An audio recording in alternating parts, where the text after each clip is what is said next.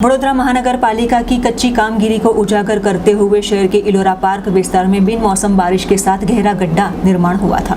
वडोदरा शहर को वैसे तो स्मार्ट सिटी का उपनाम दिया गया है, लेकिन अब स्मार्ट सिटी समस्या सिटी बन चुका हो वैसे अलग अलग विस्तारों से हर रोज कोई ना कोई नई समस्याएं प्रकाश में आ रही है। जहां बिन मौसम बारिश के बीच वडोदरा के इलोरा पार्क विस्तार में गहरा गड्ढा निर्माण होने के साथ कही जाती वैसी स्मार्ट और पक्की कामगिरी पर गंभीर सवाल पैदा हुए हैं। शहर के इलोरा पार्क विस्तार के मुख्य मार्ग पर ही गहरा गड्ढा निर्माण होते हुए आज सामाजिक कार्यकर्ता अतुल गामेजी ने स्थल पर पहुंचने के साथ तंत्र पर तीखे प्रहार किए थे।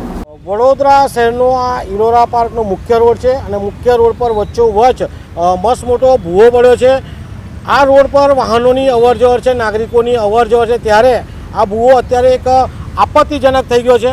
વડોદરા શહેરમાં જે ભૂવા પડે છે એના મુખ્ય કારણો કે પાણીની લાઈન, ડ્રેનેજની લાઈન લીકેજ હોય છે, બરાબર રિપેરિંગ કરતા નથી, તેના કારણે ભૂવા પડી રહ્યા છે। अनेक कॉन्ट्राक्टर ने अधिकारी आमा एक मिलीजुली से काम करता हो એટલે વારંવાર એકને એક જગ્યાએ ભૂવા પડતા રહે છે।